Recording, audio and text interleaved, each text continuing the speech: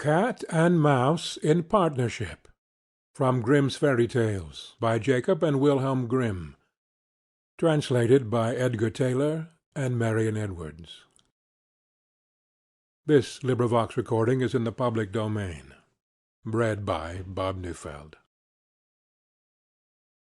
A certain cat had made the acquaintance of a mouse, and had said so much to her about the great love and friendship she felt for her, that at length the mouse agreed that they should live and keep house together.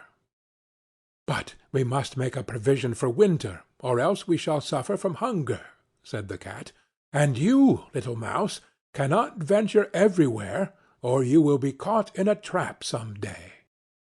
The good advice was followed, and a pot of fat was bought, but they did not know where to put it.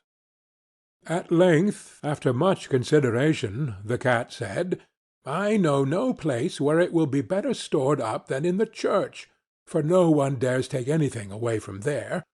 We will set it beneath the altar, and not touch it until we are really in need of it." So the pot was placed in safety, but it was not long before the cat had a great yearning for it, and said to the mouse, "I want to tell you something, little mouse. My cousin has brought a little son into the world, and has asked me to be the godmother. He is white with brown spots, and I am to hold him over the font at the christening. Let me go out to-day, and you look after the house by yourself." "Yes, yes," answered the mouse, "by all means go, and if you get anything very good to eat, think of me. I should like a drop of sweet red christening wine myself." All this, however, was untrue. The cat had no cousin, and had not been asked to be godmother. She went straight to the church, stole to the pot of fat, began to lick it, and licked the top of the fat off.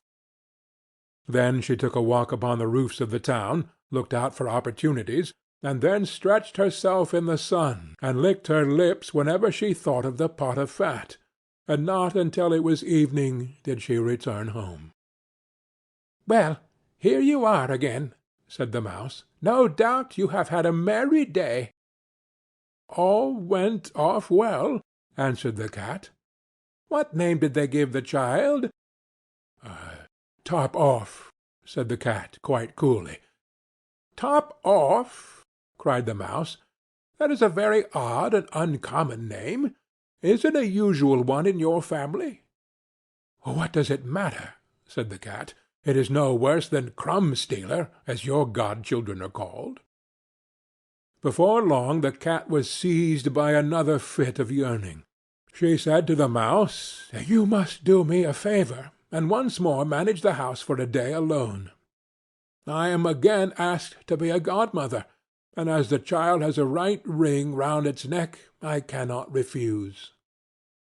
The good mouse consented, but the cat crept behind the town walls to the church, and devoured half the pot of fat.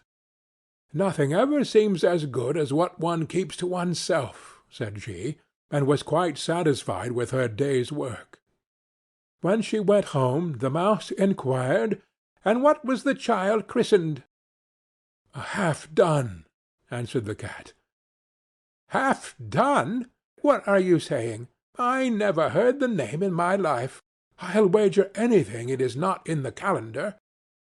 The cat's mouth soon began to water for some more licking. "All good things go in threes," said she. "I am asked to stand godmother again. The child is quite black, only it has white paws, but with that exception it has not a single white hair on its whole body. This only happens once every few years. You will let me go, won't you?" "Top off, half-done," answered the mouse. "They are such odd names, they make me very thoughtful."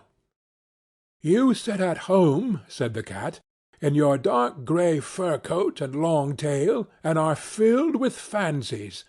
That's because you do not go out in the daytime." During the cat's absence the mouse cleaned the house and put it in order, but the greedy cat entirely emptied the pot of fat.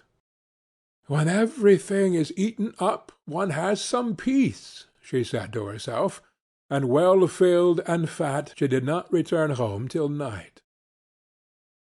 The Mouse at once asked what name had been given to the third child. "It will not please you more than the others," said the Cat. "He is called All Gone." "All Gone!" cried the Mouse. "That is the most suspicious name of all. I have never seen it in print. All Gone! What can that mean?" And she shook her head, curled herself up, and lay down to sleep. From this time forth no one invited the Cat to be godmother, but when the winter had come, and there was no longer anything to be found outside, the Mouse thought of their provision, and said, "Come, Cat, we will go to our pot of fat which we have stored up for ourselves. We shall enjoy that." "Yes," answered the Cat, "you will enjoy it as much as you would enjoy sticking that dainty tongue of yours out of the window." They set out on their way, but when they arrived the pot of fat certainly was still in its place, but it was empty. "Alas!" said the Mouse, "now I see what has happened. Now it comes to light. You are a true friend. You have devoured all when you were standing godmother. First top off, then half done, then—" "Will you hold your tongue?" cried the Cat. "One word more, and I will eat you too." All Gone was already on the poor Mouse's lips. Scarcely had she spoken it before the Cat sprang on her, seized her, and swallowed her down. Verily, that is the way of the world. End of Cat and Mouse in Partnership,